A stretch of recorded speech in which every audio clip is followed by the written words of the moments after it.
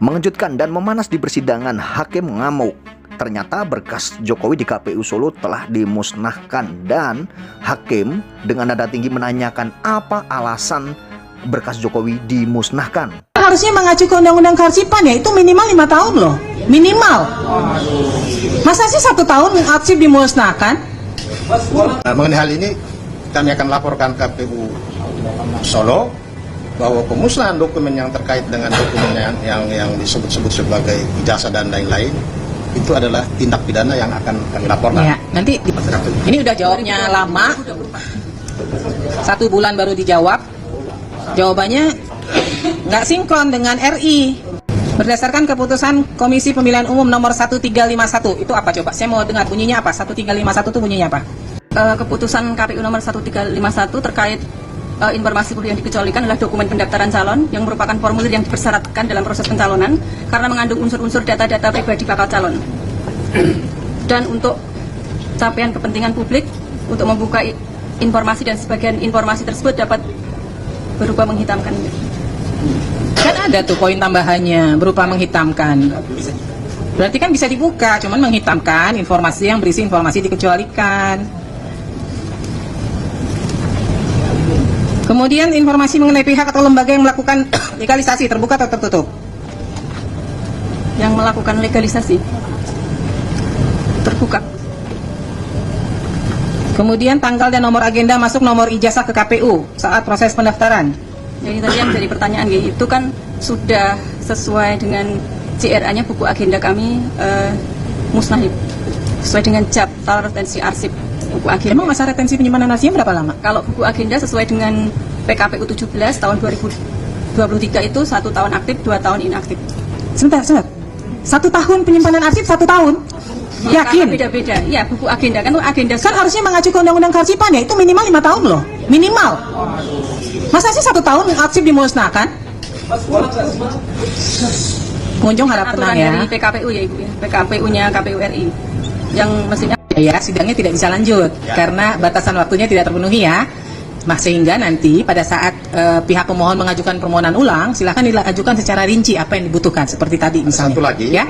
soal pemusnahan dokumen negara, karena di dalam Undang-Undang Kearsipan itu ada aspek pidana, maka mengenai hal ini kami akan laporkan KPU Solo bahwa pemusnahan dokumen yang terkait dengan dokumen yang disebut-sebut sebagai ijazah dan lain-lain itu adalah tindak pidana yang akan kami laporkan. Ya, nanti di mediasi, tadi kan pihak KPU menyatakan ini belum tahu nih, memang musnah atau lagi nggak ada nih gitu. Nanti mungkin mau dicari juga ya. Nanti baru pada saat mediasi silahkan dikomunikasikan kalau memang itu sudah dimusnahkan atau hilang, tidak ada berita acaranya, baru silahkan ambil tindakan hukum lainnya gitu ya. Majelis, Ya. Saya mohon maaf, agak mungkin kita terlalu menjadi pemaaf ya.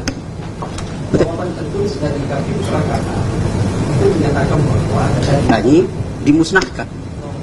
Jadi maksud saya adalah tiba-tiba kemudian menyatakan dianggap itu.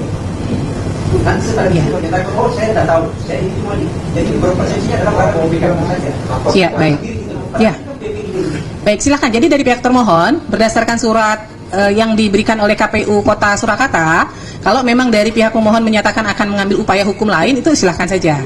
Kalau kami dari sisi kami kan kami hanya dari sisi keterbukaannya ya. Ya, mohon maaf Majelis. Dan saya sependapat tadi dari ketua dari anggota Majelis gitu ya. Saya kira penting untuk dirigid betul lagi sekarang apa yang harus dia bawa. Satu, berita acara kalau itu ada pemusnahan. Berita acara apa saja? Siapa yang melakukan penilaian bahwa itu layak masuk dalam kategori dimusnahkan, karena kalau kita bicara di Undang-Undang Kearsipan termasuk gitu ya. Kan ada situ. Selain durasi waktu, harus menjadi pertimbangan adalah penting urgensi dokumen itu berkaitan dengan kesejarahan.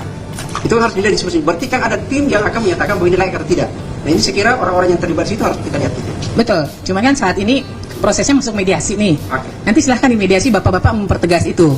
Sejauh mana informasi yang bapak-bapak butuhkan, bapak ibu butuhkan dari pihak KPU, ya, baik KPU Kota Kota Surakarta, KPU DKI dan KPU RI, ya. Silahkan nanti dibahas secara tuntas. Kalau ternyata tidak tuntas, kita akan lanjut ke adjudikasi, gitu ya. Ada lagi Pak? Izin Yang Mulia mempertegas, tadi kan pernyataan dari termohon Surakarta itu tidak ada itu secara jadwal, ya. Tapi kalau dari jawaban ini saya bacakan, sehingga pada tahun tersebut sudah musnah sesuai jadwal arsip. Jadi kalau dari sini pernyataannya adalah memang faktualnya seharusnya sudah musnah. Tapi kalau dari pernyataan hari ini tidak seperti itu. Itu satu hal. Terus kemudian terkait tadi prematur. Jadi gini, yang mulia izin, memang kami kan inginnya mengirim surat kepada semua institusi itu bersamaan. Iya. Dan kami sebenarnya berharap itu nanti sidangnya itu di KIP juga bisa Sekaligus, iya. Tapi kan jawaban masing-masing lembaga itu Beda-beda. dan terus kemudian yang Polda ini sebenarnya tidak di luar agenda kami, tapi karena UGM menjawab tidak dalam penguasaan, tapi dalam penguasaan Polda, maka kami berkirim surat ke Poldanya memang agak mundur gitu. Iya. Jadi memang ini secara jadwal memang yang Polda itu prematur, tapi mohon nanti misalnya kami terpaksa harus ajukan sengketa lagi ke KIP, nanti ketika mediasi dengan KPU semua, kemudian adjudikasi dengan UGM, itu nanti mungkin bisa dipertimbangkan agar harapan kami nanti jadwalnya ketika itu bisa bersama-sama lagi. Ya, jadi nanti secepatnya kita agendakan untuk pembacaan putusan dengan Polda Metro. Setelah itu silahkan ajukan permohonan informasi ulang, ya. Ya. Terima kasih. Untuk menyingkat waktu karena kami harus melakukan permohonan ulang dan sebetulnya juga ada masalah di kemana kirimnya gitu ya. Untuk waktu biar tidak lama ya, karena saya ingatnya 10 tambah 7 keberatan lalu 30, apakah itu bisa dipersingkat? Jadi karena ini kan kasusnya sebetulnya sudah pernah dikirim. Makasih. Ibu kirim aja langsung ke Polda Metro ya Pak ya, biar langsung nyampe ya. Kirimnya langsung ke Polda Metro aja. Terus nanti Tapi kan ini Bapak ya dijawab, jadi bisa cepat jawabnya direspon cepat, ya. Kemarin kan macetnya karena dikirimnya ke Mabes Polri. Ternyata PPID Mabes Polri yang punya tugas harusnya mendistribusikan ke Polda Metro tidak didistribusikan, sehingga akhirnya harus menunggu kan, begitu ya. Kalau mungkin surat langsung ditujukan ke Polda Metro mungkin akan langsung direspon, gitu ya. Itu ya Ibu ya. Mungkin bisa dipastikan kami kirimnya ke mana atau alamat email atau ini? Nah, nanti boleh ditanya. Oke. Iya. Ya, baik. Makasih. Jadi jangan keliru ya, tujuan surat PID, kemudian untuk keberatan ke atas PID Polda Metro ya. Oke, dan lagi? Jadi Anda bisa perhatikan yang perbedaan antara versi foto dari fotokopi ijazah KPU Pusat dengan UGM ya. Satu yang paling krusial adalah di KPU tidak ada nomor ijazah di sebelah kanan. Tuh lihat ya, kosong ya. Sedangkan yang versi UGM ada sebelah kanan. Dan pada saat itu tahun 2022 Pak Sigit Sunarto mengatakan ini yang asli. Kalau yang beredar di internet itu memang nggak ada nomor di sebelah kanan. Adanya hanya nomor di sebelah kiri aja. Ya, yang 1681 ya kan? Itu yang sebelah kiri ya. Ya, kalau ya kanan dalam pandangan alay. Jadi intinya ada dua nomor. Yang versinya UGM ya tahun 2022 ya, itu ada nomor di atas pojok kanan atas dan pojok kiri atas. Sedangkan di KPU Pusat hanya ada di pojok kiri atas. Yang pojok kanan atas nggak ada nomornya tuh ya. Kemudian itu ya perbedaan pertama. Kemudian yang kedua, perbedaan dengan Bareskrim. Foto dari fotokopi ijazah. Bareskrim tidak menampilkan foto dari ijazah asli. Ya, jadi sampai dengan hari ini ijazah asli masih goib. Ya. Jadi Bareskrim 22 Mei 2025 itu hanya menampilkan foto dari fotokopi. Ya, dan posisinya di versi Bareskrim itu ada lipatan di tengah persis, kemudian ada tumpahan semacam tumpahan kopi di tengah persis, ya. Itu. Nah, sedangkan yang ditunjukkan oleh KPU tidak ada tumpahan kopi bersih dan tidak ada lipatan, ya. Nah, jadi ada 3 setidaknya perbedaan dengan 2 ijazah yang tunjukkan. Ya, jadi di KPU versinya tidak ada nomor di sebelah pojok kanan atas, tidak ada tumpahan kopi dan tidak ada lipatan. Ya, nah sekarang KPU Solo akan dilaporkan pemohon terkait pemusnahan berkas Jokowi ya, teman-teman ya. Ini sangat memanas sekali di persidangan di KIP ya. Jadi anehnya berkas Jokowi di KPU Solo itu dimusnahkan. Nah, ada apa dengan pemusnahan ini? Tentunya ini jadi pertanyaan masyarakat juga. Dan tentunya jadi pertanyaan pemohon. Karena yang dibutuhkan itu adalah arsipnya dan dokumen-dokumen atau berkas-berkas Jokowi, akan tapi sudah lenyap dan sudah dimusnahkan katanya ya. Nah, ini sangat menarik ya tentunya, dan kita sudah melihat dan menyimak beberapa tayangan dan cuplikan video yang sangat menarik yaitu hakim atau kepala sidang ya, atau ketua sidang KIP itu marah dan sampai membentak-bentak seperti itu. Tentunya kita sudah lihat sendiri. Nah, tentunya kayak ketua sidang juga, majelis sidang ya, ini juga mempertanyakan hal tersebut, dan ada sebuah keanehan-keanehan tentang arsip atau berkas Jokowi yang dimusnahkan. Karena seharusnya ini tidak harus dimusnahkan ya, akan tetapi ini hal yang janggal dan hal yang aneh, sehingga dokumen Pak Jokowi atau berkas-berkas Pak Jokowi saat mendaftarkan sebagai wali kota di Solo itu dimusnahkan ternyata ya.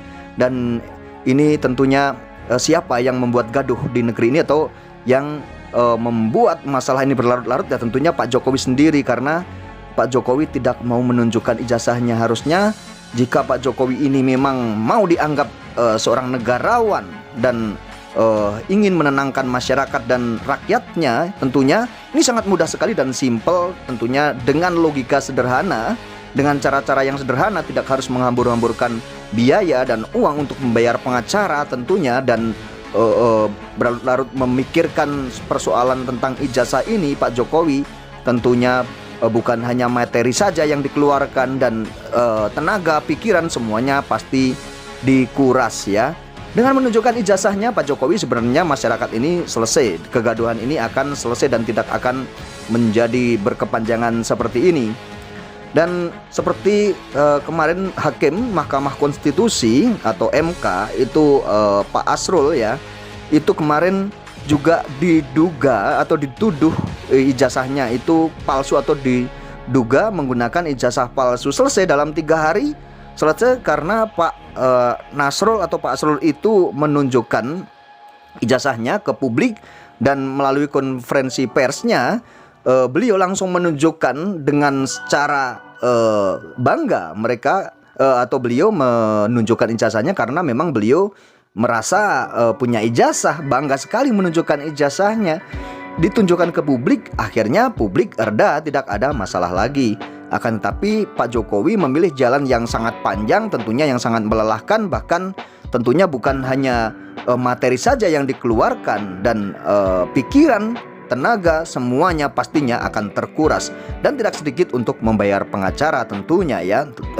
Dalam beberapa bulan ini berapa pengacara, berapa relawan itu pun dikerahkan untuk membela Pak Jokowi ya.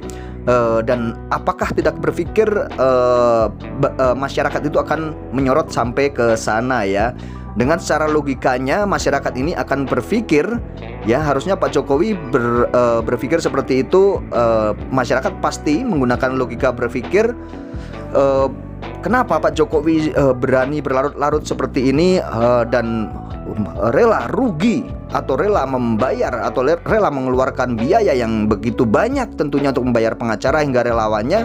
Masyarakat tentunya akan mengatakan jangan-jangan ijazah Pak Jokowi itu memang benar-benar seperti yang dituduhkan oleh Roy Suryo CS ya. Dan tentunya hal yang sangat mudah ini tidak ditempuh oleh Pak Jokowi ya. Memang tidak ditempuh, padahal ini hal yang sangat mudah sekali dan sangat ringan sekali untuk mencerdaskan masyarakat, untuk melindungi masyarakat, dan untuk mendamaikan masyarakatnya juga. Ini sangat mudah sekali ditempuh oleh Pak Jokowi. Dengan cara menunjukkan ijazahnya saja, masyarakat tidak akan gaduh dan akan selesai. Tentunya masyarakat tidak akan bertanya-tanya lagi ya. Nah, jika lebih penting lagi atau mungkin masyarakat masih kurang percaya lagi, silahkan diuji ijazah saya. Memang itu asli. Kalau memang asli, tentunya kenapa harus takut dan tidak berani untuk menunjukkan?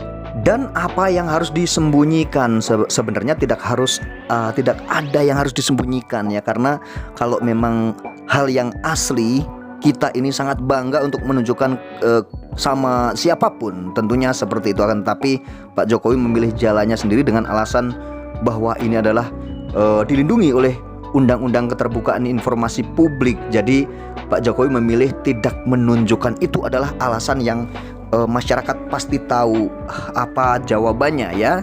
Semuanya pasti tahu dan bisa memprediksi apa sih sebenarnya yang terjadi. Nah, prediksi masyarakat atau asumsi masyarakat ini semakin berkembang liar. dengan Pak Jokowi mengatakan tidak bisa menunjukkan sekarang dan nanti akan ditunjukkan di pengadilan. Nah, ini yang menjadi masalah ini semakin panjang dan ruwet ya tentunya. Dan ini tidak main-main mungkin ya Pak Jokowi ini juga tidak mungkin hanya mengeluarkan biaya hanya sedikit ya, tentunya mengeluarkan biaya yang sangat banyak sekali untuk masalah mengurusi ijazah ini ya, karena membayar pengacara, membayar relawannya juga itu bukan hanya sedikit ya. Dan tentunya kita tunggu saja apa yang akan terjadi dan apa hasilnya nanti setelah masalah ijazah ini selesai ya teman-teman ya.